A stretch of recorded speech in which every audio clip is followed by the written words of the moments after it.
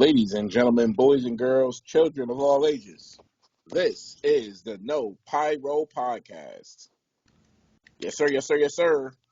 We are live and direct, coming at you live here, what is this, Tuesday? We do this every week. It's always Tuesday, bro. Always Tuesday, I forget where I'm. Listen, ever since all this crap started, I don't know what day it is, what time it is. I'm just like Justin Timberlake, man. I'm out of time, man. I'll probably read like 1 second. So, Wow. The movie references. Well, yeah, I know. Episode number 127. This is. Haven't said that in a while. My name is Total Mac, aka TVD Mac, aka Six Flair. In the building with me, as always, my boy Swervely, aka SVS Swerve, aka Swervy Amos, aka Solar Pal, FKA Yoko Tuna, aka Young $5. Hiya holla. I'm good, man. I'm good. Looking outside, seeing these snowflakes and this darkness around me, and I'm just ready to get up out of here. That's all I think about every day, all day. Getting out of here. I feel you, brother. I feel you. Last but not least, man of the hour, No Chill Drew, a.k.a. EGB, a.k.a. the Applebee's Don, a.k.a. Dollarita Drew, a.k.a. Oh, shoot. Yeah. Okay, Drew, I'm guessing that is the Herbal Energy Can. No, sir. Damn. The kickback sound like a monster. No, that is a good old-fashioned Barks root beer. Something like that. What are you in? You got that from a mall in the 90s? Jeez. How you feeling, Drew? I'm tired, but I'm good. I'm excited for this podcast. As am I. As I always. can hear it in your voice. No, we got a lot to talk about, and I'm excited. Yeah, man. As always, hit us up on Twitter, under No Pyro Podcast, Facebook as well, YouTube as well. Please subscribe. Listen, we said we would get you a pass to the WWE Network, but as always, cards subject to change. So we'll talk about that in the matter of minutes. But we got a lot to talk about, like No Chill said. Let's go ahead and get right into it. Big news this week. Big interview this week. So a lot of backstage talk, a lot of fourth walls being broken, Drew. Go ahead and tell the people about it. All right. Well, where do you want to start? Which one do you want to start on? I got right here for 500, Alex. In my best Tyrone Bigham voice. I want to start with you, Joe Rogan. All right. Well, let's start with Joe Rogan then. So, Joe Rogan had a guest on his podcast, that being The Undertaker, who actually had a very interesting conversation. I really, I'm not sure. Did you listen to the whole thing or did you not? I listened to about a minute of it. Oh. Back between them. Okay, so yeah, I listened to the whole thing. So a couple of the big things that were taken away from this. The first one being him saying that wrestlers nowadays have it a little bit easier than when he came up. Whereas, when he first came up, he talked about him literally for training to be a wrestler. He paid $2,000 to a territorial wrestler to show up at his house. The guy forgot he was coming, just stretched him for a few weeks, and then literally just moved to the next town and didn't tell anyone. And just took the Undertaker's money. And he basically just had to learn as he went on how to be a wrestler just as he went. Whereas nowadays, if you look athletic enough, you get signed to a contract right away, and they pay you to learn. So that was one of his big gripes. I don't want to say it's a gripe, but it's the way it's changed. But one thing that he did say that actually irked, let's say, a lot of current wrestlers is he called this generation soft. Now, I think a lot of the online sites take it out of context. They're just like, Undertaker called everyone soft. He wasn't calling them soft as in, Kobe mouthing soft to you on the court. What he was basically saying, when he was coming up, you'd have guys who have a gun, have a knife on them. They're guys who, some of them are convicts. Some of them, you never know what they might do. They're going out there partying, they're fucking shit up. And nowadays, you go into a locker room and everyone's, either playing video games or reading a comic book, or, they wrestle, they go to their hotel room, and they don't really, mingle at all. And that's really where his softness is you don't see any of these hard-ass personalities, like these people who, legitimately could fuck you up. And they even talked about Dark Side of the Ring. They had, I think it was Jim Schultz, the guy who slapped the reporter for asking if wrestling was fake. That's shit that you wouldn't see nowadays. You get, it could be blurred between the lines of fiction and reality. Whereas, back in the day, you ask a wrestler, hey, is it fake? He's going to beat your ass on live TV and be like, does that feel fake? So, what's that? So Undertaker wants to go back to the New Jacks and drug overdoses. That's another thing where people are like, listen, I understand that that's how you came up, but at the same time, most of your friends are dead because of that shit, because they're going on and getting fucked up, and that's always been like a clapback at Chris Jericho too. Jericho always bitches that nobody goes out and parties anymore, and it's like, dude, like, we all have fucking families. We're not going out getting ripped and then fucking murdering a stripper the next day and just making the town. Like, there's Instagram and Twitter nowadays. Can you fucking imagine what would happen if John Cena beat the shit out of a hooker? It's not going to be, he's just going to make the town tomorrow. No, it's literally the world would get set on fire if that happened.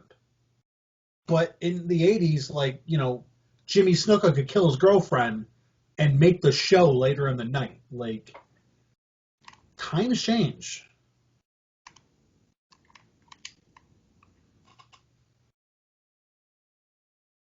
Oh, maybe I'm,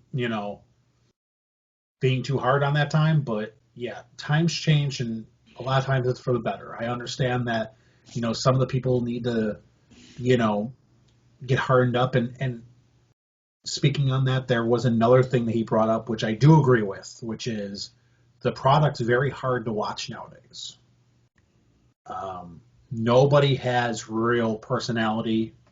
It feels like everyone is the exact same character.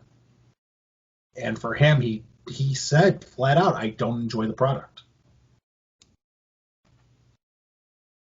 At the same time, he's part of the reason the product is so bad. You have all these guys who are fighting to get a WrestleMania spot, and then, they try to put their best foot forward, and then you get told in December, by the way, that WrestleMania spot you've been fighting for 9 months, The Undertaker's taking it, so he can come back for one match and get paid $1 million. Well, after you get told that 2 years in a row, maybe you stop working so hard on your character. That's just my opinion. I know I certainly would. Like, maybe if he stopped coming back for that paycheck every year, maybe the character progression for the young guys would get better. Because, his name is being thrown around again for a possible WrestleMania appearance. So, I mean, you so much are a part of the problem that you've become the problem. Dude, can you fucking imagine what it would be if Steve Austin was, like, starting to take off, And then at WrestleMania, they're like, oh, by the way, you now have to job the Hacksaw Jim Duggan. Right. We want to create a WrestleMania moment. Yeah. We want to... a YouTuber that I watch, the Iceberg, he put it best when he was actually talking about NASCAR, but it pertains to this as well. They're trying to generate a Game 7 moment. They want a Game 7 moment, like in, NBA or NHL, where you get that Game 7 shot from, like, Michael Jordan, and that's on commercials for Nike forever. And it's, oh, my God, we want that moment. Well, instead of letting it fluidly happen and, just progress to get to that moment, we got to manufacture it. So we're going to put The Undertaker in the main event against Roman Reigns for no reason at all. So Roman can beat him and say, I beat The Undertaker. There's no storyline attached to it. Roman now has to deal with angry fans as a babyface the night after so that we can have this one WrestleMania moment. Makes zero sense. Yeah, well, of course, there were some luminaries who had reactions to Undertaker's soliloquy on Joe Rogan's podcast, where he was asked about the product. So Xavier Woods was one who, he got touched a little bit. Head dog always hollers. He heard video games. He said, huh? So he responds. And he said that Undertaker is responsible walking in, you see guys playing video games. Xavier said, I wouldn't be the person that I am without the guidance and lessons of a few key people from the previous generation of wrestling. They taught me about the business to save my money and that having video games in the locker room is healthier than having Redacted. Thank you, guys. Redacted, of course, the badass 6-shooters, nunchucks, and John Cena, Brad Snuggles in the ring. That is the Redacted that Xavier Woods is talking about. Now, And I did just want to add on to that and point out that there's no locker room leaders. CM Punk brought that up, that there's no locker room leaders. And I say that because back in, as more recently as, let's say, 2004, if somebody was to come out and say that about The Undertaker and clap back, even if he's in the ring, clap back, you would gotten heat from the locker room leader. Like, listen, I don't care if he came out and said your mom stank. You don't fucking go and blast him because at the same time you haven't done shit in this business. Like, Xavier Woods hasn't done shit. Yeah, he's a tag team champion umpteen times. So are the fucking headbangers. Get the fuck out of here. But at the same time, you gotta respect where you're coming from. Because not everybody's really walking around in leather jackets driving a fucking Harley with a loaded 22 on your ankle. Yeah, who cares at the end of the day if you're still getting buzz? Xavier is. On camera. But at the same time, I do hear what the Undertaker is saying. He's got to take that issue up, though, however, not with the wrestlers, but take it up with the writers. Because I'm pretty sure if Vince, Paul, or Pritchard walked into the locker room and said, hey, guys, we're switching it up. We're going to get a little bit more PG-13 or NC-17-ish starting now. I'm pretty sure 85% of the talent would approve. So he's got to take that up with management. And guess what, Taker? Your arm extends longer than those guys that you are attempting to bash. So you need to go ahead and make a call out to Vince, make a call out to Hunter, and get that started. Because if you want to see something that's better, then you need to go ahead and touch the people who can actually make that happen.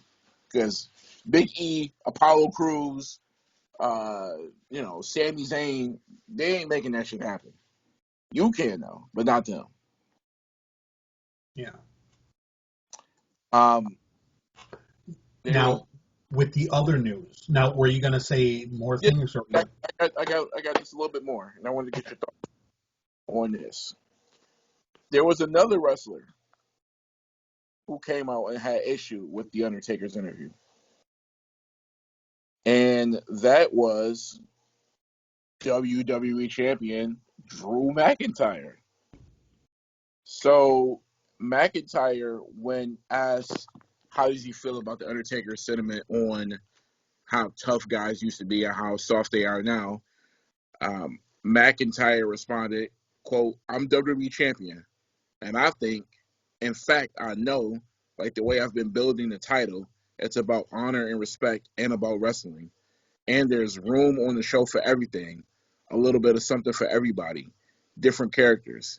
It'd be boring if everyone was the same and the Fiend's unique. Oh, wait a minute, this is something different. I'm sorry, this is something different. That's the other news I have. I am so sorry. Oh, wrong episode of SmackDown again? Haven't done that in a No, while. man. I got caught up. I have something I want to. I want to. Speaker of the House. I want to bring something to the floor. But go ahead, Drew. Your next story. Okay, so before I get into this, I have a question. It's just been bugging the shit out of me. What's the record label that Suge Knight started? Death Row Records. Okay, and speaking of Death Row, guess who's on Death Row? Oh shit! Talk to me. The WWE Network is on Death Row. Dead man walking. Dead man walking on the Green Mile. I thought you All were going right, to say Alberto so Del Rio. not yet. Or Jimmy Snuka. Jimmy Snuka has actually passed away, I think. Well, damn. I'm just glad it ain't Rick Wagner. Well, they're about to get Rick Bogner. So, WWE Network is going to be going bye-bye come March 18th as WWE has sold the rights Sign it to the cop. their entire catalog on there to Universal NBC for an estimated $1 billion. Come up. Now, I have a few thoughts on this. Not like theories or anything, just thoughts. First and foremost, now, mind you, before I get ahead of myself, for those of you wondering if there's going to be a price change, there's not really a price change on this. Peacock Plus is $4.99 a month. If you want it ad free, it's $9.99.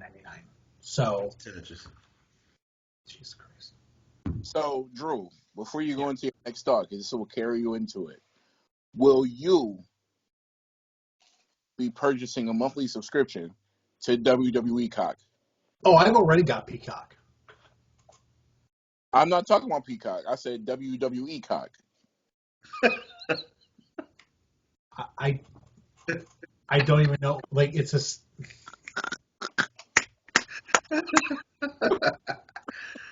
My boy already on the cock, huh? I'm just saying, man. They already tell you. NBC said you can have Peacock, and then you can get WWE Cock. I just want to know which one you gonna subscribe to. That's all. Well, no, it's all going to be on the same network. So here's my thought on this. First and foremost, if you're a fan, fans are like, oh my gosh, this is huge news.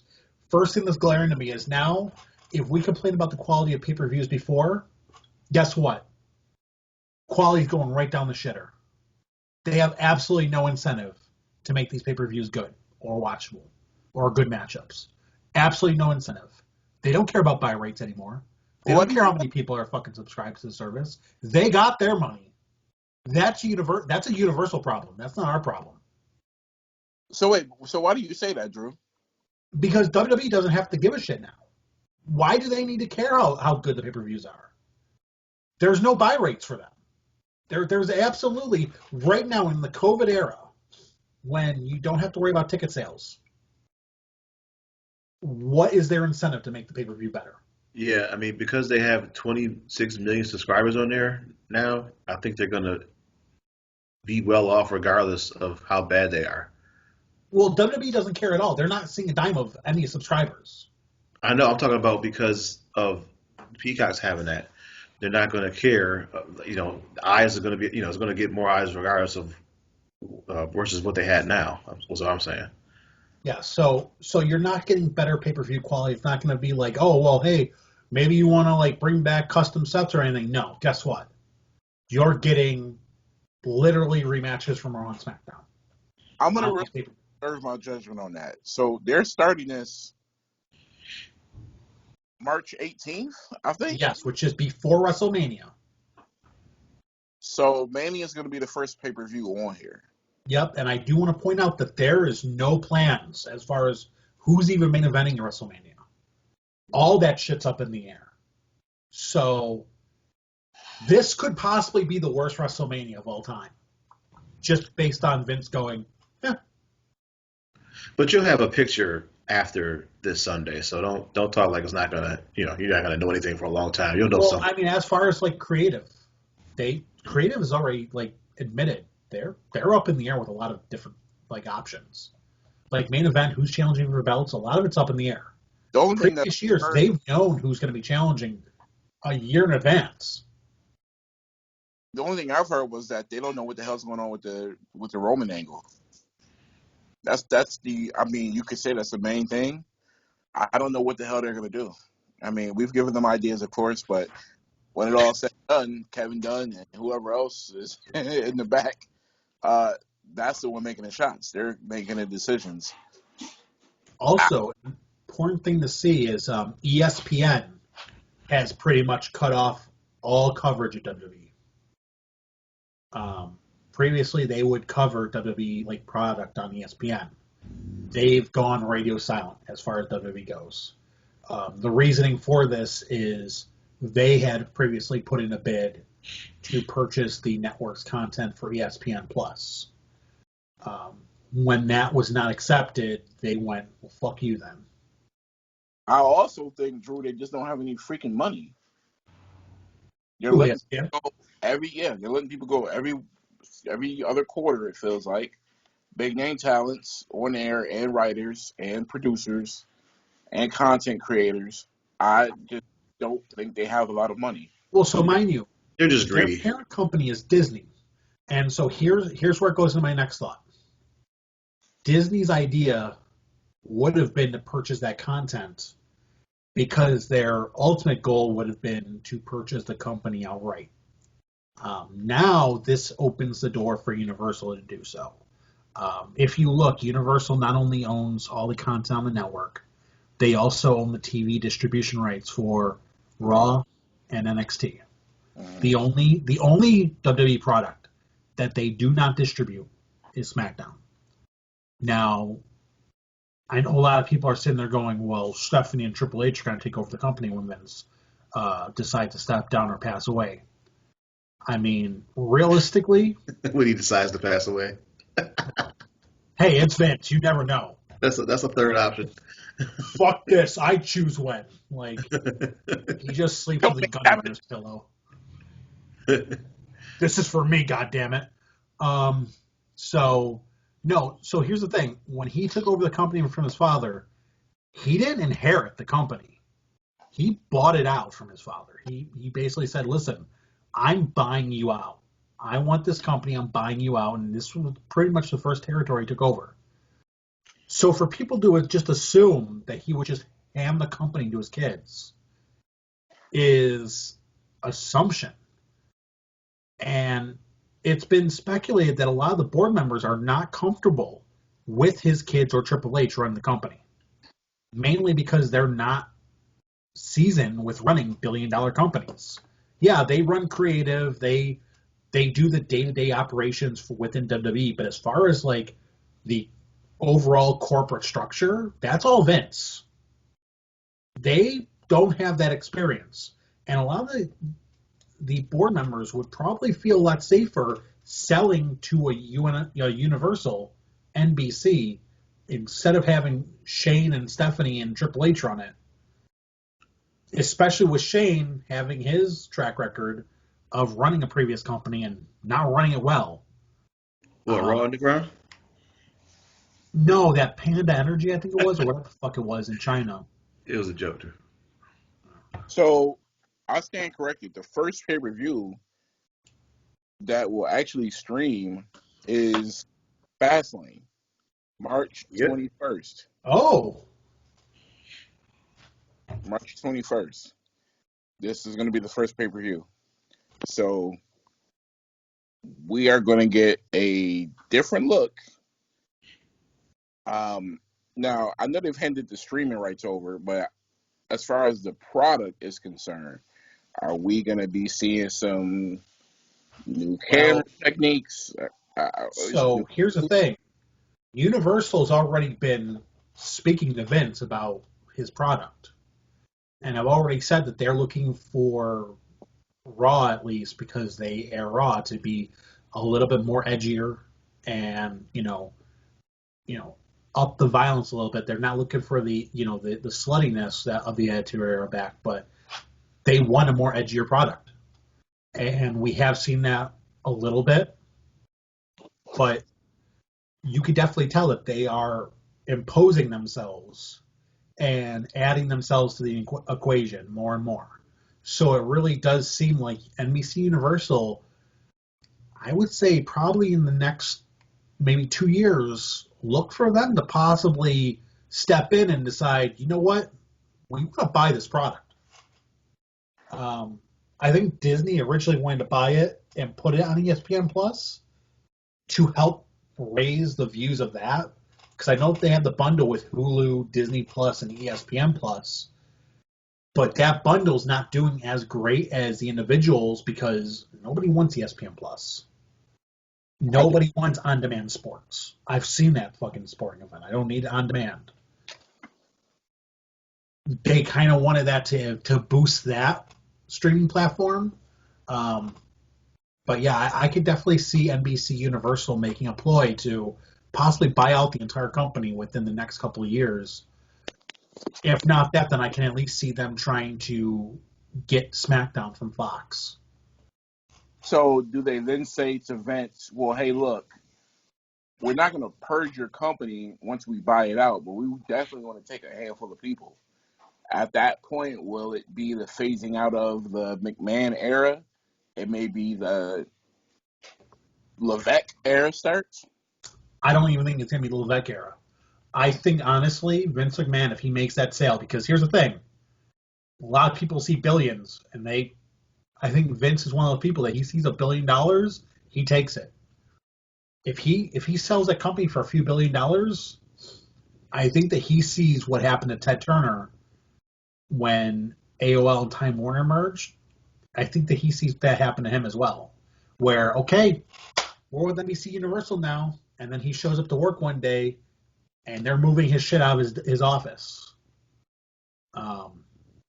I think that becomes a reality, where if he sells the company, they're slowly but surely going to go, hey, thank you for selling the company. Enjoy your retirement, because you're not with this company anymore. We're letting you go. And, I don't know about that. I can't picture a world where there isn't a McMahon somewhere around a wrestling ring. well, I mean, that you may say that, and I can assume that if that does happen, where they cut their ties with the McMahon family, if NBC Universal takes over and it's like, okay, you could stay on as talent, but you have no say in the running of this company. I think at that point, Stephanie and maybe Triple H look into starting something else or So getting in on something. you trying to have my man Vince looking like Bernie Sanders out here? I am once again asking for your financial support. I was just paid $4 billion, but I'm now unemployed. Here, buy this shirt, this sweatshirt.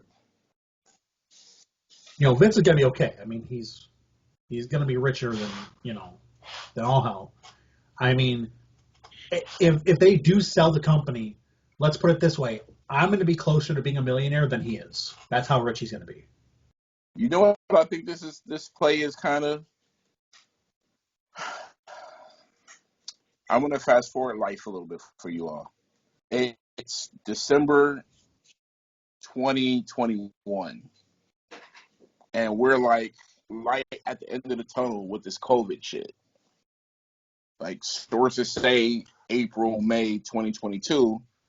You know, the life that we knew before March of 2020 is now back. We know events lost between then and now. I think this was a big drop in the bucket of what he feels he can get back, and that is the XFL. I think he's going to make another run at it. But he can't. The Rock owns it. The Rock ain't selling. Like the XFL. You don't think The Rock will bring Vince on? Why would The Rock bring Vince on? Vince's ego is not going to allow him to to do that. You mean his ego is not going to allow him to what? Let it go? Yeah, that would be like Eric Bischoff staying there for the entire thing and just dealing with, outlaws working with him. It'll be the same thing. Listen, Mac, Vince is a lot of things, but an employee is not one of them. Yeah, he's not going to do that. I mean, I'm not talking about an employee. I'm talking about a partnership. Yeah, he ain't a partner of nobody. There's a reason why he has a T-Rex skull in his fucking office. Alpha.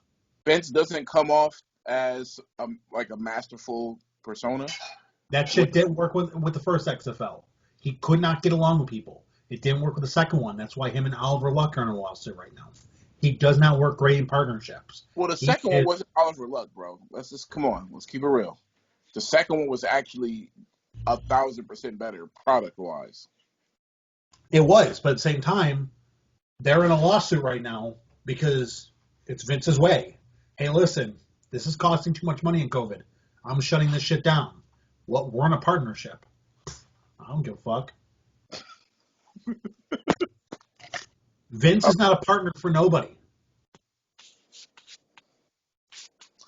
I just feel like there's a reason why, even though Linda McMahon tried to run for Senate and was on the cabinet, she said 4 words in her entire life. It's because Vince is not a partner for shit. I just feel like there's a loftier goal that he's chasing. If my hunch is right, where he's selling stuff off little by little to make moves elsewhere. I don't even know if it's making moves elsewhere as much as it's just him saying, listen, I'm almost 80. It is retirement time. And I'm not just handing this company that I built to my kids. Like, that's great that you want to run the company, but if you want to run the company, make me an offer. That, I think, is what he says in his head. If these kids want to run this company, make me an offer. I'm not handing this shit to you. That I believe is why he's selling all this shit off as, listen, I'm not handing anything to anyone. I didn't get anything handed to me. I had to buy this company from my father. I had to buy each individual territory out. I'll be like, yeah, I'll offer to keep you alive if you don't give me this damn company. Listen, man. I'm on the contingency of him letting Steph and or Triple H and or Shane run things and do it like that. That's just the fanboy aspect of me. Like I can't see a non-McMahon running WWE. A McMahon at every corner, huh, man? The one person who doesn't bear that last name that I would probably want to see is Heyman. Oh boy, he gonna have Francine back on there. Yeah, Heyman's got enough bravado though, where they can, where he can sell it to them to, hire him. Heyman's the type of guy who, once he gets wind of what's going on, he'll be fucking snake oil salesman NBC and throwing Triple H and Steph under the bus before they even know it. Oh, yeah. He'll have their job while they're still there. He'll show up in Stephanie's office like, hey, yo, can you get this shit out of here? I got to move mine in. Hey, Paul, what the hell, man? I heard you trying to take my job. I'm still working here. My friend, I tell you, I told them to keep you on. I wanted them to keep you. I did everything I could, but they would not budge. And instead, they told me that I need to take your job. It's ridiculous. I don't agree with it. Oh, if you could put that statue over there, that'd be great. Thank you. Oh, I don't agree with it. It is awful. I fought for you. I still fight for you. Yeah, Paul would never run it because Brock Lesnar would have all the belts. Uh, okay. I hear you, man. So I'm gonna say that for later on because I got some Brock news anyway for you busters. So we'll get to that. Um, are we done with the Peacock topic? Yeah. Unless you want to see my Peacock. Nobody wants to see a little Peacock short and stout. Get out of here. You're Takashi 69. No, thank you, Drew. Is he the one who died, or is he in jail? No, he's the one with the rainbow colored hair. So that's why I kind of meshed those two together. You know who Takashi 69 is. No, I get that mixed up with a lot of different ones. Okay. They're all SoundCloud rappers. I get them all fucked up. All right. Question to the panel. This is a quote that I read earlier that was about Hager, but it's about somebody else. Drew McIntyre was asked about WWE programming in a sense. And I'll say the quote, and then I'll get to my question. So he said, quote, I'm WWE champion, and I think, in fact, I know, like the way I've been building the title, it's about the honor and respect and about wrestling. And there's other room on the show for everything. A little bit of something for everybody. Different characters. It'd be boring if everyone was the same as the Fiend's unique character. It's so incredible, so out there. But I don't think that's something I think I want to mix the WWE title with. Like that's for, that portion of the audience and for me as a fan to watch and be blown away by the spectacle. But when it comes to the WWE Championship, I expect it to be a wrestling match. Like man on man, fighting over the title with respect and honor. And that's what I'm all about.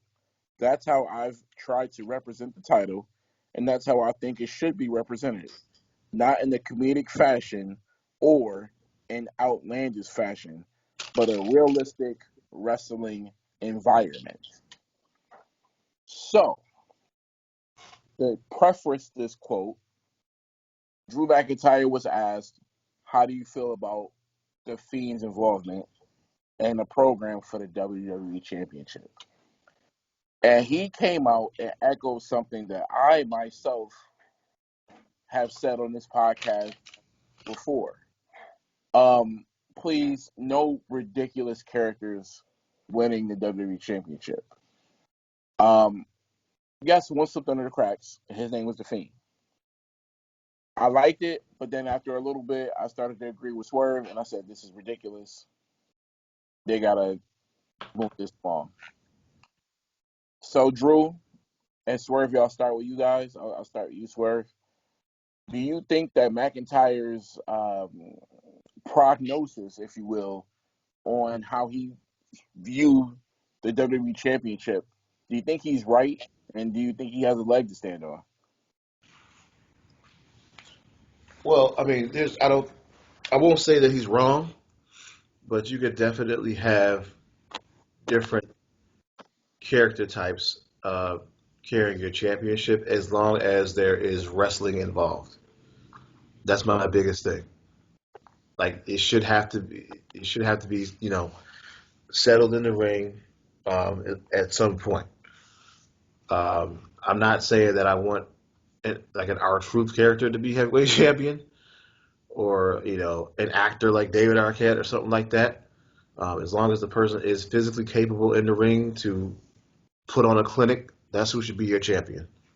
All the other stuff is for your TV shows and stuff like that. But when it comes to pay-per-views, if you can do that, I don't care how you get us there. Just get us there. Yeah, no, I hear you. It's almost like when I used to play 2K, and I would do like an online match, and it would be a dude who is 6'12", doing some shit that was ridiculous with tattoos everywhere and white eyes and metallic hair. It's like, dude, what the fuck is this? I can't. Please stop. And he's doing somersaults and hurricane ranas. It's like, yo, cut this out. It's a video game. I get it, but come on, man, bring some honor to this. Drew, what do you think? So I agree, but at the same time, I don't. I don't agree with the way he said it. By the way he's saying it, that kind of cancels out guys like Mankind, guys like Undertaker, guys like Kane, who are characters. It's pro wrestling. I understand that you want to see a sport, but if you want to see just 100% legitimate sport, go train to be in the UFC. It's sports entertainment. Entertainment's a big thing. And unfortunately, I think that Drew McIntyre forgets that sometimes, especially in his own character. Should The Fiend be a WWE champion? No, maybe the character of Fiend should not, but that shouldn't discount Bray Wyatt. Bray Wyatt himself is a really good wrestler, and he could put on a great character that's not, Super Shredder. I don't think that you should discount wrestlers because of their character, because what you're doing is you're basically saying, listen, creative gave you this character, which means you are automatically disqualified from ever being world champion or headlining WrestleMania. Have fun. I don't agree with that. I believe that if you have a good enough story around that character, great. Let it go. But if it's just, I don't like The Fiend because I'm next in line, get the fuck out of it. Then it doesn't work regardless of who it is. Yeah, I hear you. Because I also feel like, maybe you should internalize those thoughts. Because now you're creating backstage heat that you maybe don't want to put on yourself. Once again, though, I don't know if this is something where he was like encouraged to say, like, hey, if you're doing this little interview, maybe if you want to, make a jab at Bray Wyatt because he's your next opponent. You never know. He might be doing it that way. True. And I mean, then that would tell me that Randy and Wyatt are done by April or March, whenever it is. Which, again, the build-up screams WrestleMania. But I don't know if it was kayfabe or not. But I'll tell you this: he spoke very freely about it, and he's a WWE champion, but he's not even the most over thing on his own brand right now. So yeah, I mean, the belt doesn't make the person makes the belt. That's always number one. And so it doesn't matter if there's a character holding that belt. If the character can bring some attention to that belt and make it the best thing on the show, great. But if you're just blending in with the rest of the show, I don't care if you're, the athletic guy, the super wrestling guy, a demon from Diablo's dimension. You suck if you're just in blending in. You have to stand out with the belt. yeah, I agree. Well, that's our hotbed topics. Let's go ahead and get to some AEW. Okay. Yeah, we're just gonna bullet point some of the stuff here. First, we did a birthday party for Brody Lee's kid. I do like what they're doing for him. It's nice. I don't think that we need it as much. I think it's stuff that could be saved for AEW Dark, but that's just me. Cody wrestled Peter Avalon. Skip. John Moxley had, about 5 minutes taped at Denny's. I'm sorry. That was Nick Camarado, his ham and eggs for the night. Private Party turned heel. That's something. Private Party was managed by Matt Hardy, who has been teetering as a heel turn for a while. Didn't really make sense that he was still a Private Party, but they have finally turn heel. So that's going to be interesting.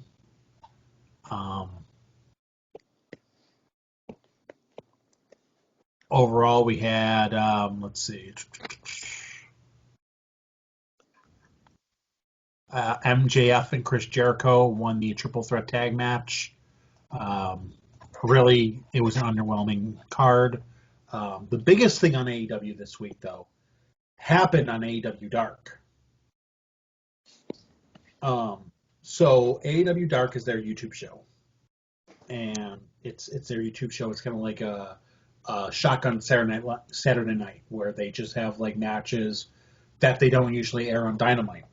And the commentators are Excalibur and Taz, and it was briefly removed from YouTube this past week.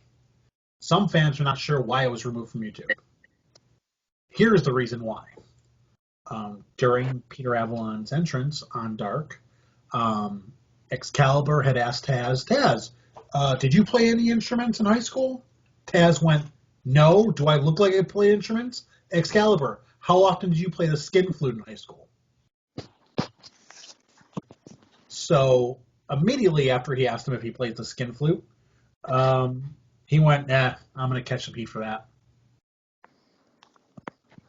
Of course you are. So they had to remove the episode to remove the comment by Taz where he asked if Excalibur likes to slob on some corn on the cob.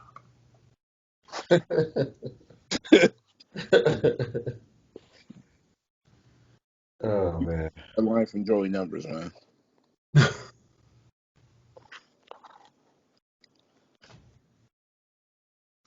That's all I got for AW, though. If you want to move on to Raw and SmackDown. Yeah, so moving on to SmackDown, there was some brief, interesting news there. Kevin Owens, part of the opening segment, where he came out and they're basically trying to rev up the talk between him and Roman for the Rumble. Roman said he felt disrespected, and excuse me, and had Paul Heyman rip into Adam Pearce. Heyman challenged him to a match that was accepted. So, do you want to see this? No, but here we are. Moving on, other bit of interesting news. Royal Rumble qualifying match. I believe it was Cesaro versus Dolph Ziggler. One of the better matches of the night. Again, Cesaro making his name well known again for the overlookers. He ended up winning the match with a neutralizer. I don't know where this puts him in the Royal Rumble final 6 or final 8, but man, he should be there.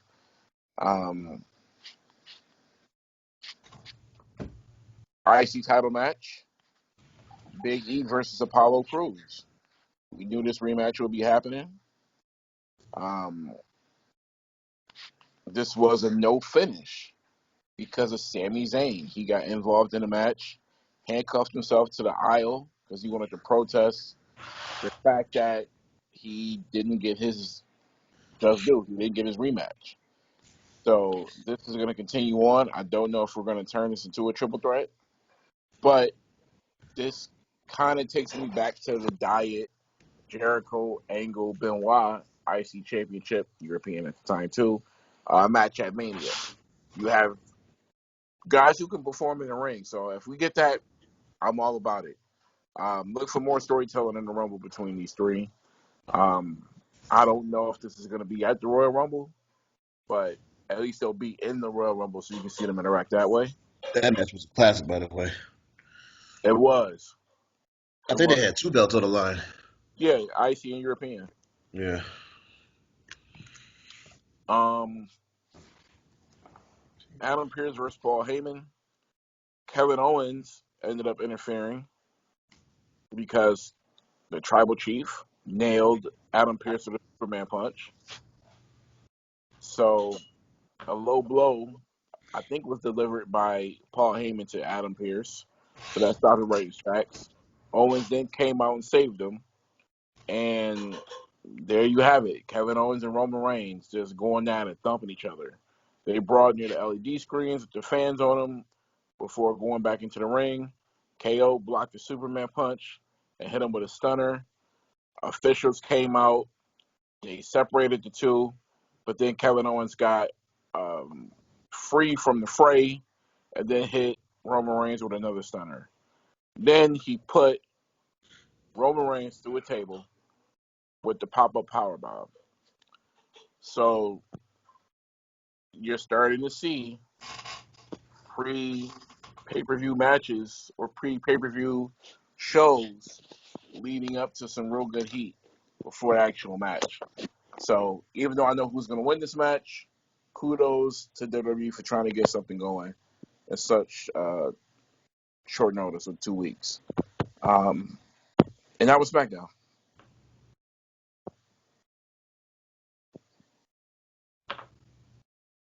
All right.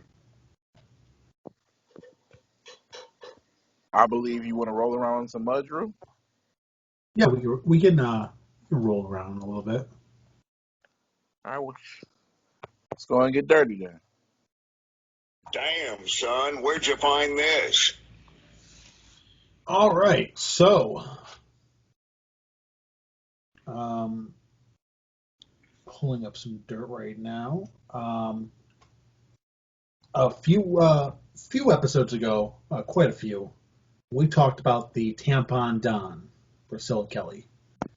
Oh man, Now- that was last season. Yeah.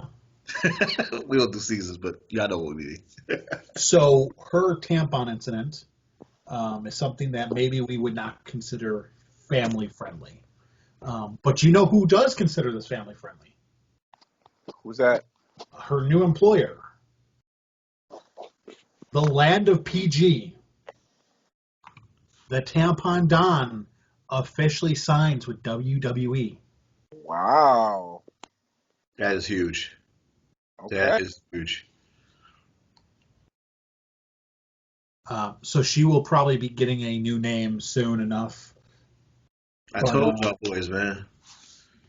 Hey, she's Stuff like upgraded that all the way. overlooked. First, she upgraded from Darby Allin, and now she's upgrading to a new job. Hey. Anytime you leave Darby, that's always an upgrade. I don't care if you leave to a Pinto. Well, Darby got Sting, so I think he's okay. Well, Darby can fight Shivani for Sting first. I mean, Yeah, that's true. then he'll get that more And contender. speaking of Darby and Sting, did you see that Sting is officially having his first in-ring match soon? Oh man, the funniest. At their next big show, he will be teaming with Darby Allin in a street fight against Team Taz. Well, when we watched last week, we saw that brewing. I'm not surprised. Sting, just don't die in the ring, man, please. We don't need to see that. Drew, can I jump in on the dirt with you, man? How many people you got a lot left or what? Moving on, the last few weeks, Cody had been coming out without Arn Anderson, and it was explained why. The reasoning why is because Arn Anderson was actually battling COVID-19. Can I get in on a little dirt too, or what? Yeah. Okay.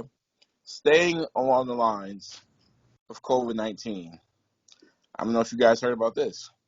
The WWE, they informed the roster via its talent relations app that the company will not be providing COVID-19 vaccines for on-screen talent. This is according to Fightful Select. They are considered ICs. No, not Intercontinental Champions, but independent contractors. If they want to get vaccinated, they got to do it on their own damn time. That means You know what I would say if I was under contract with them? I go, cool, I'm going to be on my Twitch channel fucking doing that. Because if I'm an independent contractor, you can suck my nuts about what I do off fucking hours. Can I get in on this dirt? Yeah. Oh, you got. Oh, okay. Go ahead. Well, earlier this week I sent a photo through the group chat, and like always, I got no response. But music recording artist Bad Bunny is doing a music video with Booker T, and I think they'll be debuting at the Royal Rumble. Stay tuned for that. Are you gonna play that in the Whippington? I might, depends on how it bang. Oh, come on, man. You know what? You ain't gotta lie on air, man. Come on, man. Come on, man. I can't even picture that, man. You making your way to BBT, get you about what's about 40-pack. I think I saw the pic. It was a 40-pack, little 40 burger. I can't see about what's that, about a 30-minute. You ain't got 3 minutes of that thing invested, man. I can't see you playing that. No way. Come on, man. Swerve, man. It's me. So Jim Cornette is back in the news. Cornette and Chris Jericho had been friends for close to 30 years. But apparently this is no longer the case. You see, Cornette is a softie who gets upset if you don't support the same people he supports. So he had written on his Twitter page that, by the way, I'm reading this from an article. I cannot view it on Twitter. I am blocked by Jim Cornette. However, he wrote, Chris Jericho, you are a filthy human being for supporting that filthy, disgusting pig, and that's why you get my blank you. I'm not sure what the blank means. I'm not sure what would fit in there, but we are no longer friends, and we'll never be friends again. Chris Jericho responded with, I've been told Jim Cornette and his sidekick, Great Brit Brian Last, continue to brutally bury me for everything I do and say. My response to that is this: have at it. You're entitled to your opinions, and I'm honored to provide content that helps you pay your bills. Best of luck to both of you. Cornette then said, sorry, I forgot to mention, recklessly and with no regard for anyone's safety, spreading a potentially deadly disease around the world because his midlife crisis demands he go out and play with the children. There's that too. So, yeah, I feel like Jim Cornette's just all pissed off that somebody disagrees with him, and he needs to get in the news again. This is a guy who threatened to cut Kenny Omega's throat because he wrestled a girl. He wants the views, and I'm guessing rent's due. And nobody's fucking his wife, so he's got to do this.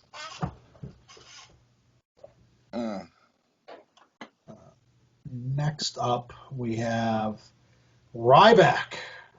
Hey. Is planning legal action against Mark Henry. Big tough Ryback? Yes, sir. So, as you remember from last week's episode, this is the Ryback that was shooting those dick pill videos. Yes, sir. The one where he would do his finisher on a fat girl and she'd come out of the pool as a skinny girl.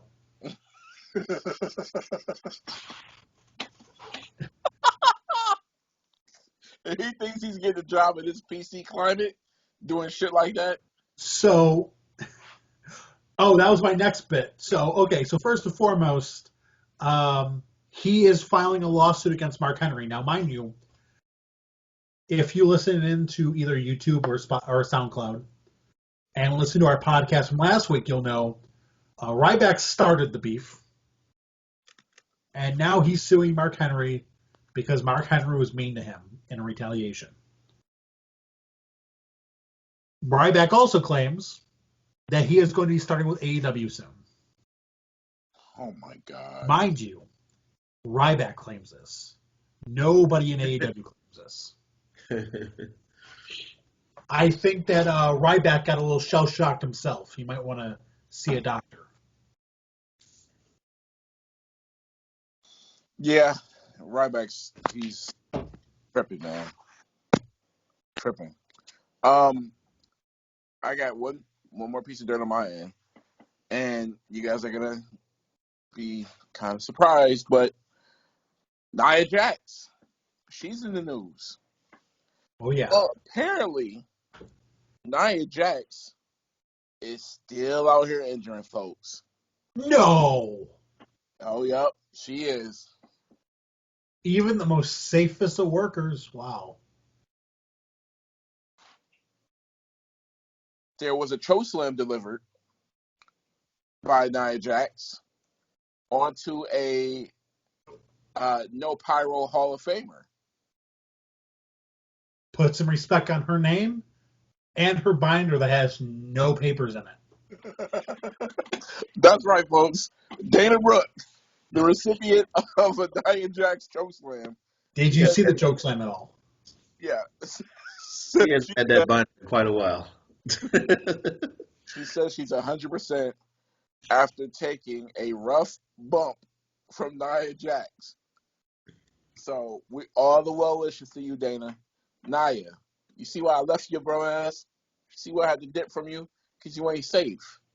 And if you can't be safe, you got to be careful. You can't even do that. I gotta ask, what does she have to do to get shook-handed? What does she have to do? Does she have to kill somebody in the ring and then squat down and piss on their corpse? No. Is that what she needs to do to get shook-handed? She has to say 3 words to her relative, and she has to be crying while doing it. What's that? Fuck you, Dwayne. Oh, fuck. Any bad blood between her and The Rock, do it. She's out quicker than you could imagine. You can guarantee that her stock is going to move downward as quick as GameStop stock went upward the other day. Okay? She gets heat on Dwayne, and she's out quicker than the Zoomer trying to get attention. Pretty much. She's going to be Zoom Tan's first plus-size Tanner. It's just like, what fucking number is this? 12. Like, how many fucking people do you have to hurt before your coworkers, the people who work with you, go, I'm not working with her? There's no fucking force on heaven or earth that will get me into the ring with Nia Jax. She's unsafe. She's clumsy. She doesn't know what she's doing, and she's not getting better. If I hurt any of my coworkers, I would be arrested and fired. Well, I mean, to be fair, I think you work a desk job, right? I get up from time to time. Yeah, but not to hit Steve in the face with a fucking keyboard. Like, Nah, me and Steve are cool.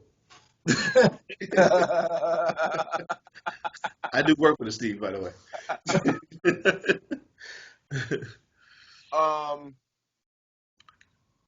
Well, Nia's, she's very unsafe, but that move that What's-Her-Face did, one of the Bella twins, now that was the most unsafe shit I've ever seen in my life. Was that the rack attack? I think so. Yeah, that fucked up her own neck. Yeah. Or no, where she was kicking somebody. Oh, Brie Bella. Yeah, no, Brie Bella was unsafe 1.0. Yeah. She was showing up hurting people on a fucking weekly basis when she came back. She did not give a damn. She's like, yeah, and then man, she'd just be like, oh, sorry. My husband's Daniel Bryan.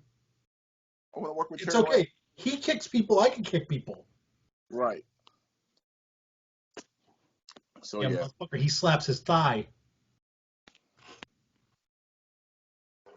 So, yeah, that's my last piece of dirt. Yeah, I don't have anything else either. Yeah, okay. I think we can go on to Raw. All right, let's get Raw. I think we only covered like the only part of Raw that mattered. So,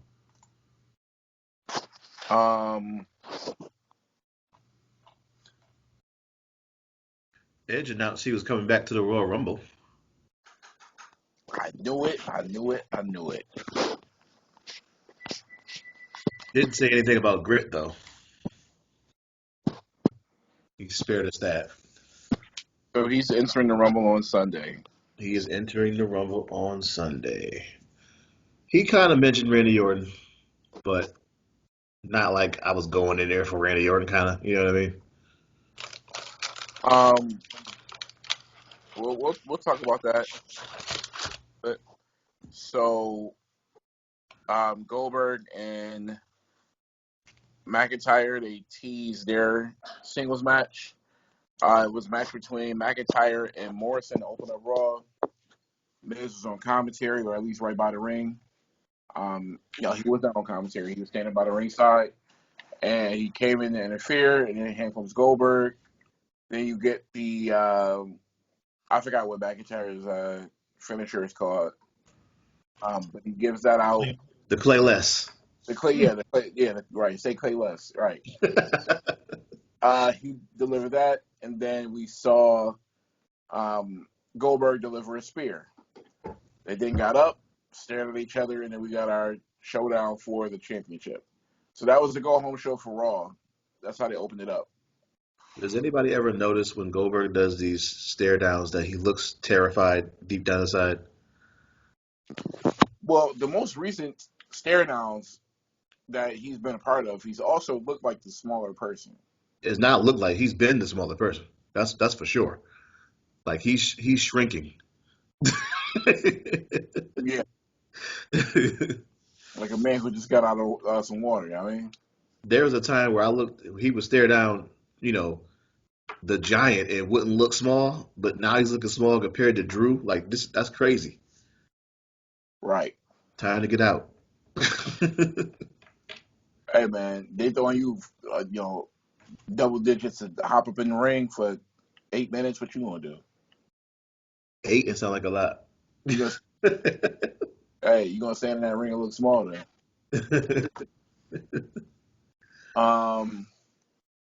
Also on Raw, we saw Xavier Woods again for a slapjack.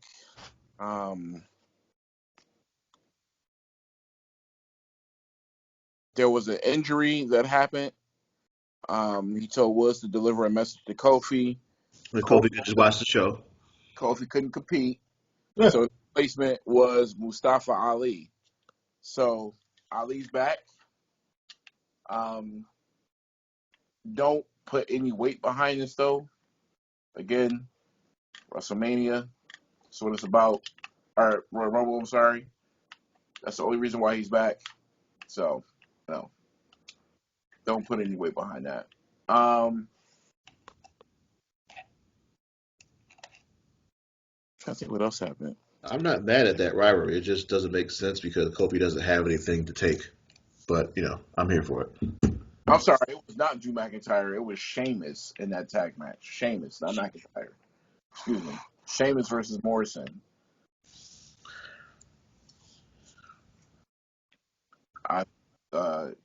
Very incorrect. The Double Take podcast, boy. R-Truth took on AJ Styles. Who the hell knows? I think this was to push Amos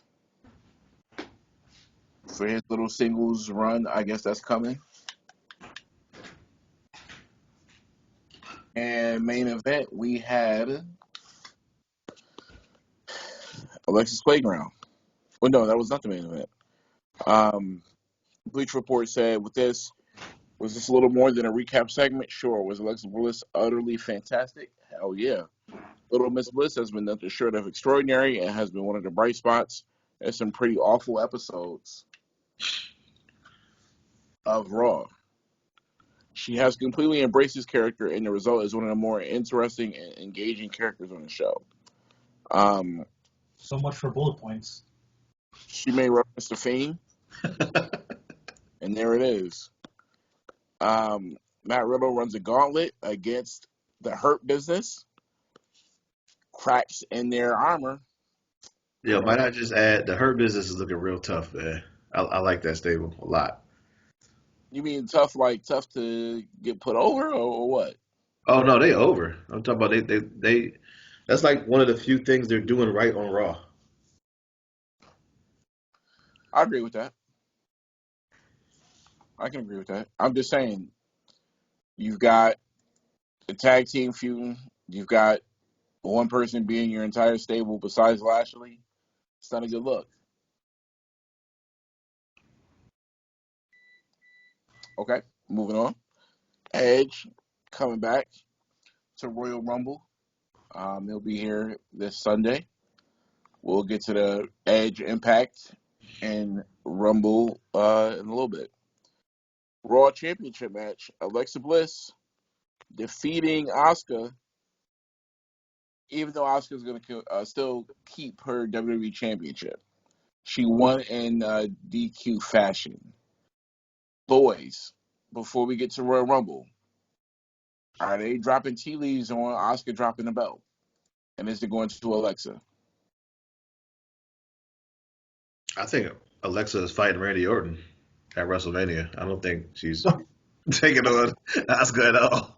Because he RKO'd her with his mask off. Shout out to Future. And that's how it went off. So, she didn't really do anything to Asuka per se. So I don't know.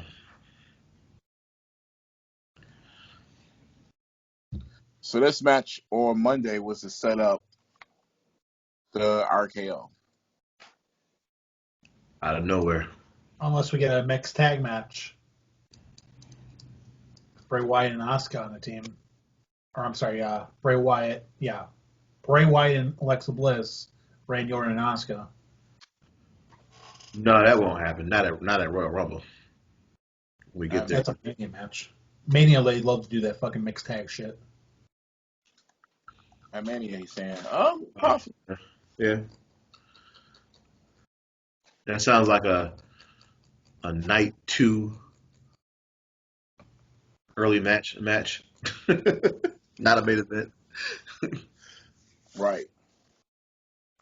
Well, that closes our Raw.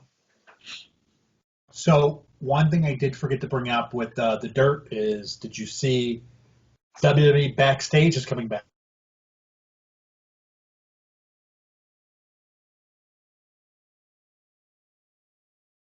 With Mr. CM.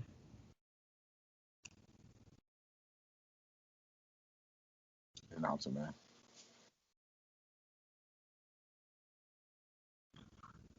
Okay, Drew must not be there. Renee Paquette is back hosting. Now, I don't know, Drew, about you, but did they mention that this would be a one-time thing or what?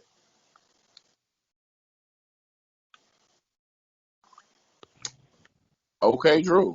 Drew must be having some technical difficulties.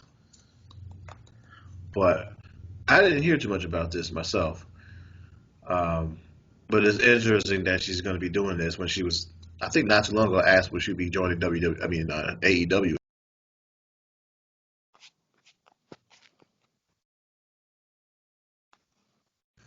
Okay, we are finally back. We had a technical issue, so there's going to be a little bit of a weird glitch in the conversation. We apologize for that, but that's what happens when we're having to work remotely because some Chinese man decided to eat a bat. But what we have... That was commercial break, man. Yeah. They got the $4.99 version of Peacock Plus, not the $9.99 version. So welcome back, everybody.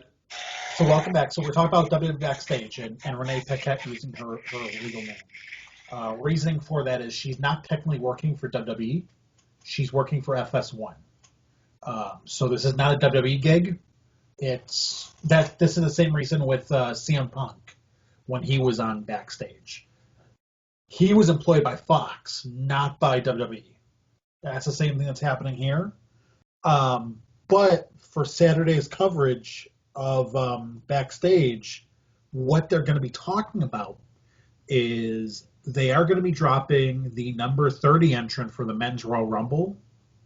They're also dropping the first 2 women to enter the Royal Rumble this Sunday.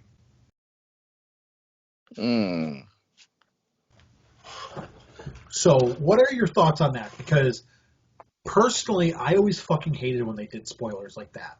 where it's like, oh, on Raw, we're going to find out who's going to enter number 30. I fucking hated that shit. Yeah. I like the that mystique of who's going to be the last person. Well, think about it. How many times have there been a number 30 entrant where you were generally amazed?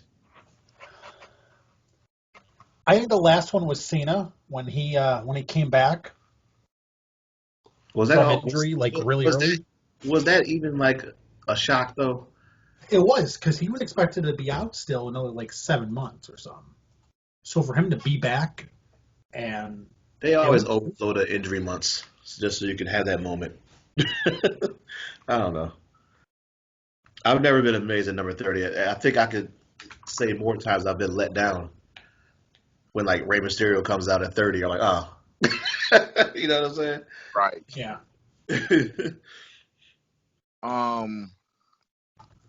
I want to just do a little research to find out. So I wanted to find out who the last. Okay, this is from Reddit. Okay, here we go. So I'm not gonna go all the way back into the inception, but let's go back to 2003. So the Undertaker. This is all number 30 entrants and how long they lasted. 2003 is a little far. I want to go back to 2010. Batista, one elimination, lasted 5 minutes. Also, I'll denote if they won. 2011, Wade Barrett, 2 eliminations, lasted 21 minutes. 2012, Big Show, 4 eliminations, lasted 1 minute, 51 seconds. Ryback, 2013, 5 minutes, 5 eliminations, lasted 9 minutes. Mysterio, no eliminations, that's the year he won, lasted 2 minutes and 10 seconds. Oh wait, no, I'm sorry, he did not win. Dolph Ziggler, 2015, 2 eliminations, lasted 229. Triple H, in 2016, where it was for the championship, 4 eliminations, 903. That was probably the last biggest surprise. Because then you had Roman. After that, it was Dolph. Trish for the women. The greatest was Tyler Breeze. Nia Jax was 30. Carmella was 30. Seth was 30. Shayna was 30. We've only seen, in its inception, 3 winners from being number 30. 07 with Undertaker, 08 with Cena, and 16 with Triple H. yeah. So 30 means nothing. Unless they break the streak and they take it back to 2016 and they say, okay, it's time we have number 30 win it.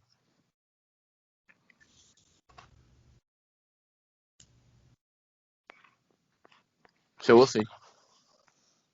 Well, Drew, here are the she's entrants so far that have been announced. well, hold on, Drew. Okay, my bad. She's not pregnant anymore, right? No, she's pregnant. She is. I thought she dropped a baby. Who? Renee. No, she's pregnant. I thought so. Wow. So they're making her make the trip. Oh no, it's probably going to be like via her home. No, she says she has to pack her bags. I heard her speaking about this in the video. That's a little weird. Like I can't imagine that Fox would have her on set during a pandemic pregnant. Hey man. She might even talk like metaphorically, like, yeah, I got to pack my bags. Like, yeah, no. I want to give a special shout out to someone who was 25 years old today. Happy birthday, Sasha Banks. Hey, put some respect on her name, bro. WWE Women's Champion. Sasha Banks. You're right, man. My bad. I forgot. Co-star of the hottest TV show of 2020, Mandalorian.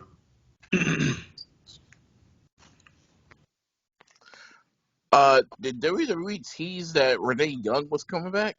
and not No. Renee Paquette. No, they've flat out said it's her legal name, her Okay. real name. Okay. Oh, so that's a whole different person. Yeah. Renee Young died a horrible death. Yeah, she did. Yeah, she did. Yeah, that one got COVID. I guess. All right. We've got a pay-per-view to preview this Sunday. Royal Rumble. I feel like they should number the Royal Rumbles. They don't do it for. Remember the WrestleManias anymore. Yeah, they do. Not anymore. Well, stupid. They should.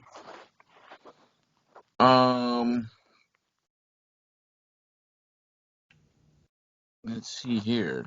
This is the 34th Royal Rumble, by the way. We've got 5 matches, including both Rumbles, to preview. So, of course, there's going to be other matches that happen. But before we get to the preview, Drew, let's go ahead and confirm the names who are in the Rumble. All right. So for the men's Royal Rumble, Before you say that, these are all the people who went through the measuring stick that is AJ Styles, right? I don't know about that. Apparently, he was. If you didn't beat him, you couldn't get in the Rumble. Shit. Go ahead. See it. We got Daniel Bryan, Bobby Lashley, AJ Styles, Randy Orton, Otis, The Miz, Jey Uso, Cesaro, Jeff Hardy, Sami Zayn, Dolph Ziggler, Nakamura, Big E, John Morrison, Sheamus, Mustafa Ali, and Edge. And then for the women, we have walking injury herself, Nia Jax, Charlotte Flair, Bianca Belair, Bayley, Mandy Rose, Dana Brooke, Peyton Royce, Alexa Bliss, Shayna Baszler, Liv Morgan, Ruby Riott, and Tamina. She's good for about 3 eliminations.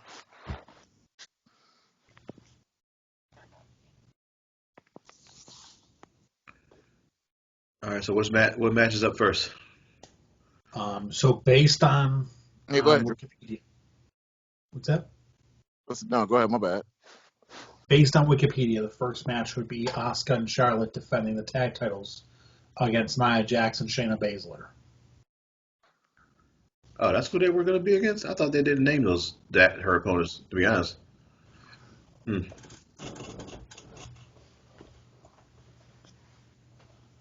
Well, they did. So, okay, so Swerve, you're right. So yeah, Asuka's not defending any championship at the Rumble. I'm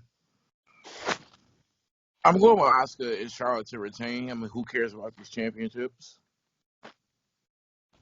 Unless, well, I spoke too soon.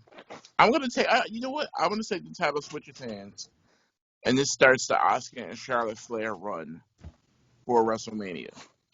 I don't know who's going to be the one to take the brunt of the quote-unquote accident that causes them to lose, but I think it will be an accident. I think Asuka will drop Asuka and Charlotte will drop the belts, and then we're going to get the program between Asuka and Charlotte to start to build up for Mania. I don't know if it'll start now on Raw or if they need another month, because April is a little bit of ways away, but it's like right around the corner. But I think that's what's going to happen. So you know what? Nia and Shayna for the win. I'm also going to pick Nia and Shayna only because Asuka and Charlotte don't seem like a tag team. They never have. They're always doing separate things. and they don't have any kind of uniformity. So Shayna, on the other hand, and Nia Jax have still been a tag team, even though they don't have the belts. Yeah, I'm going to agree. I'm going to say Shayna Baszler and Nia Jax. And I actually think that Alexa Bliss might get involved, but for the most part, I think we'll probably start a program between Asuka and Charlotte. Mm. Okay. What do we got next? Next up, we got Drew McIntyre defending against Goldberg. WWE Championship. Let me start this off. Swerve, go last on this one, man, because I feel like you're gonna bring it all together, man. Oh damn. Mm. Um, 5 words. He's not back for nothing. Goldberg will win. I just don't know how. Because it cannot, hear me clearly, no Pyro Universe. It cannot be clean.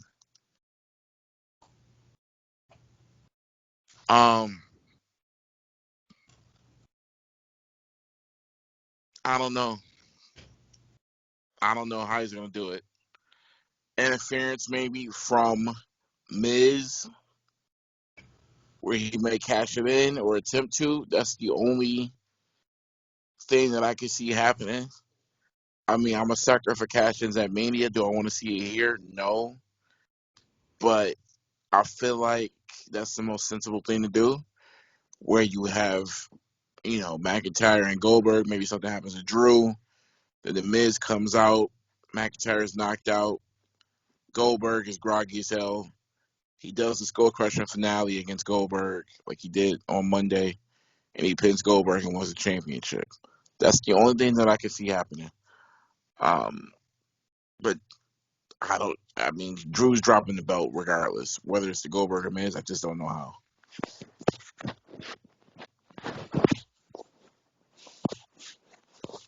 Drew? So I can see Bray Wyatt getting involved. That would definitely open up a storyline based on what Drew had said earlier, where he had said, "Oh, I like to see characters that aren't Bray Wyatt in the title picture. I can see the Fiend getting involved. That way, we start up that program as we transition from Bray and Randy to this program."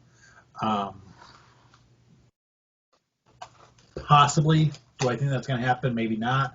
But it might happen. But either way, Goldberg's winning this.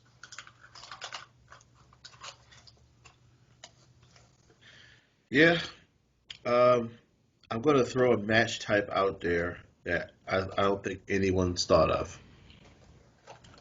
for WrestleMania, and then I'll explain how I got there.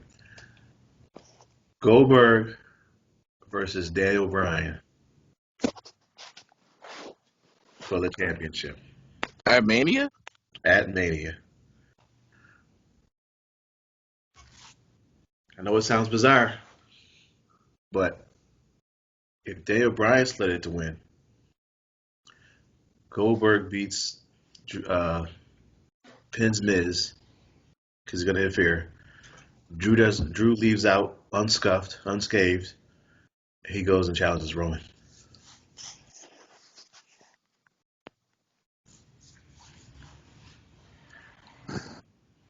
Okay, I want to ask, how did you arrive here?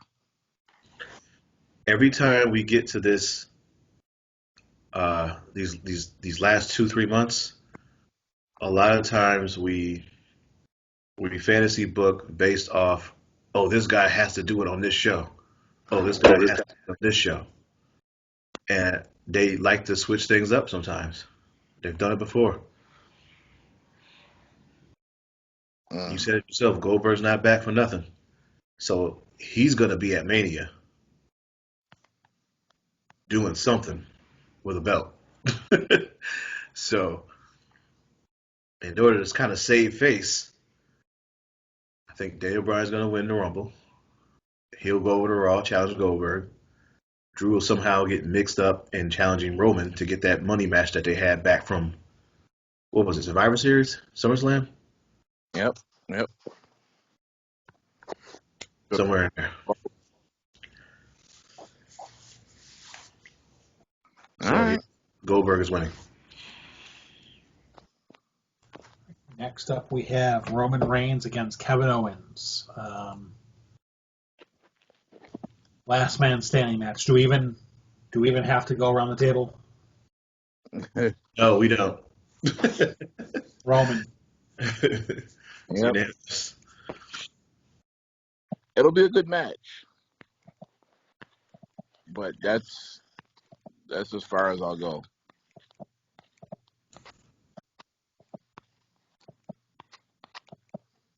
Next, we got the Women's Royal Rumble.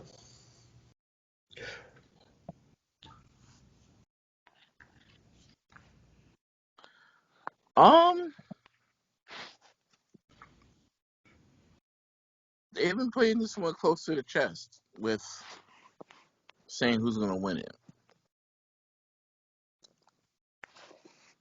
I don't know. I really don't know who's going to win this.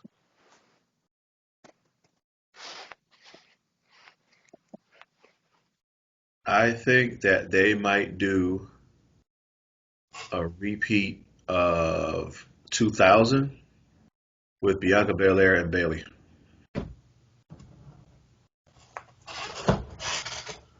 Well, where they to go win? over and then one of them hangs on.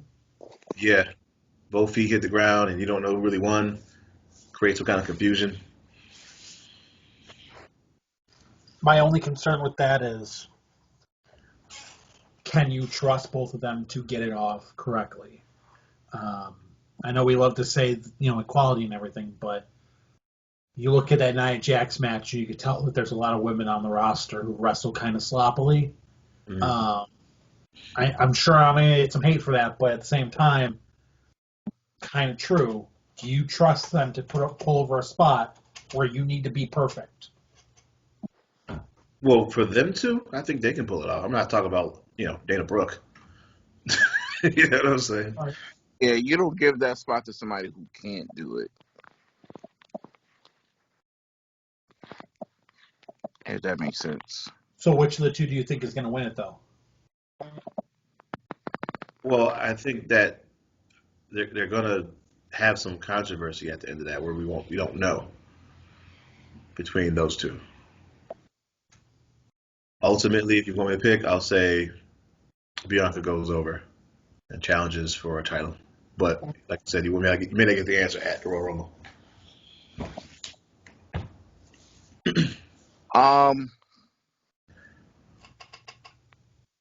I am going to go with.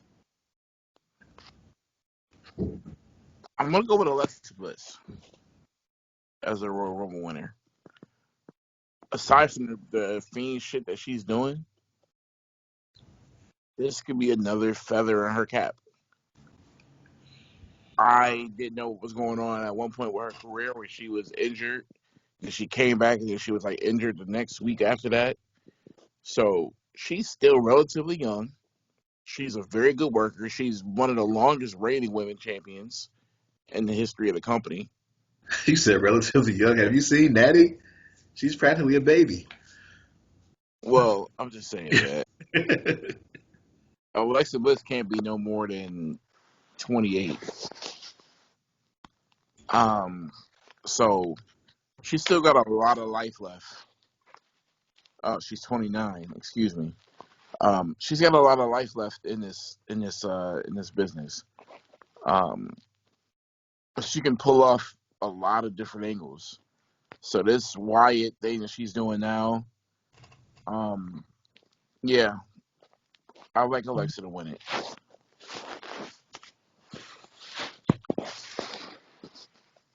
I'm going to say Bayley's going to win it. And Bayley will challenge Sasha at WrestleMania.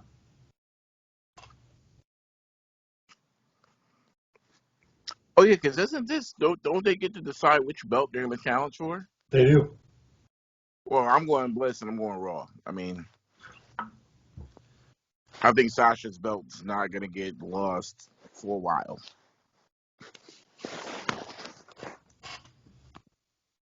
All right, and then we have the men's Royal Rumble. Mac, do you want to start us off?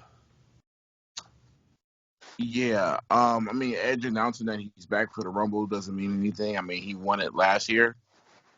He did? Didn't he? No. Well, no, I mean, he announced that he would be back in it last year. No, he didn't. He showed up.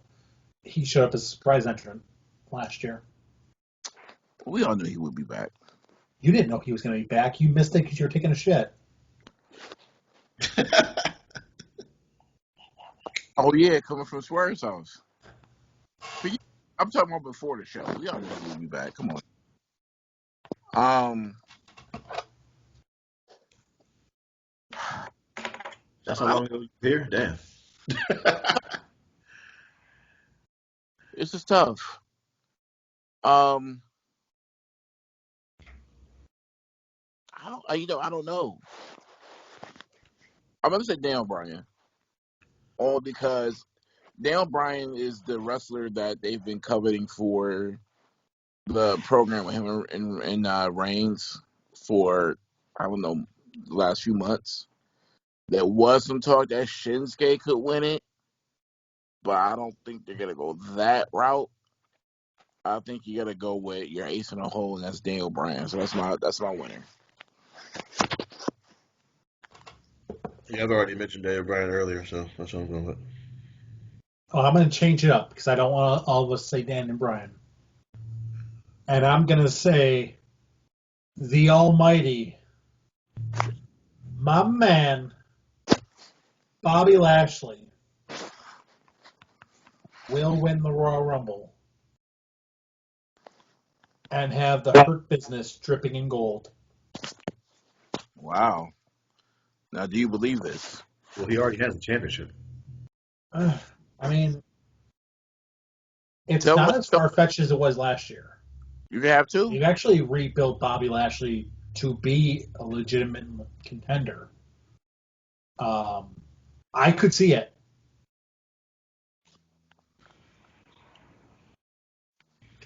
Hey, it's nothing more than that than I would love for that to happen, but I just know the company.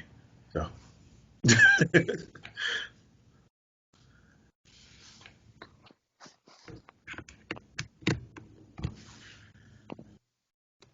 I believe that's all we have. Wow. Okay. Do we have anything from Avi? Let me see. he sent a text to me, but I don't know if it was to me or to y'all, but let me read it real quick. For a slightly different take, here's Avi's surprise Royal Rumble entrance predictions. Fuck. I'm putting big money on one or more of these to appear. Who do you got? Big Show, Almost, I think that's AJ Styles' guy, Jinder Mahal, Bo Dallas, or Manitor. Bo Dallas. Yeah, he put Bo Dallas in there. Oh, Abby. That's funny. I don't have an answer, man. I just wanted to laugh. He did not send any other information, any other email. But I would like to see Mantor in the Royal Rumble. I'm not picking any of those guys. I'm going to say it because I say it every year until it happens. CM Punk. CM Punk said he wouldn't mind if he was included in the video game for the WWE. Doors, just open it up a little bit more, Mm-hmm. Well, that's that, right? Anything else? I don't believe so. No, I don't have anything else. Um, I will say, I know we normally talk video games on this podcast. As of yesterday, we decided not to talk anything today. But I do want to say, shout out to Microsoft. Little quick story before I leave you guys. So today, I got charged 1 month for Game Pass Ultimate. And I said, shit, I forgot to put on my pass that I bought over the holidays. So I went on today, put the code in, and it says, sorry, we've encountered an issue. So I was like, okay, let me just try it again. So I hit the accept button once I put the code back in, and they're like, sorry, this code has already been used. So I was like, what's going on? Like, this is crazy. Like, I have to spend my time doing this. I just want to play the game. So 3 month pass. So I get in contact with Xbox, and you know how you're talking to like a customer service person on chat, and they come back from their research, quote unquote, and they're like, I have good news for you. So I'm like, what? You just fucking reactivated the shit, so now it works for 3 months? Great. Okay, I could have did that myself. Matter of fact, shouldn't have happened to begin with. I go to my Xbox Game Pass, and he's like, yeah, I put the 3 months back on. You should be good to go. Let me know if you can get online and play a game. So I go to look at when my Game Pass expires, and it expires in August. So I feel like another free 3 months put on. So shout out to you, Microsoft. You came through. Now this is after they tried to raise Xbox Gold to $120 a month. Yeah, I think it was going to be that motherfucker that would bring that shit up. Yes, it was, but they also retracted that. You're right, a bad idea. They said that they're not going to do it. So yes. Yeah, maybe a pandemic where this is the only way people can communicate is not the best fucking time to double our fucking prices. They always shoot themselves in the foot, man. I don't know what they be thinking. But hey, anybody who gets a Microsoft Xbox or is thinking about getting an Xbox, keep this in the back of your mind. They tried to do it. This isn't going to be the last time they try to do it. Oh my god. Okay, I hear you, man. They recognized they made a mistake and they corrected it. Nothing more and nothing less. Stop, Okay. stop being a hater. Okay.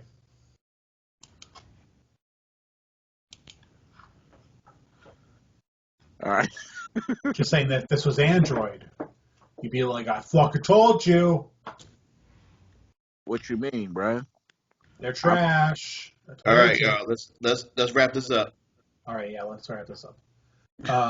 Okay, lead us out. All right, my name is Total Mac. That is Swervy Lee. He just saved No Chill Drew from my ass whooping. Um, we are back next week to talk about the aftermath of Royal Rumble, more of AEW, and yes, we're gonna be fantasy booking WrestleMania probably from here until April. So have a good weekend. We will see you next week. And you know how we end this thing. Doses.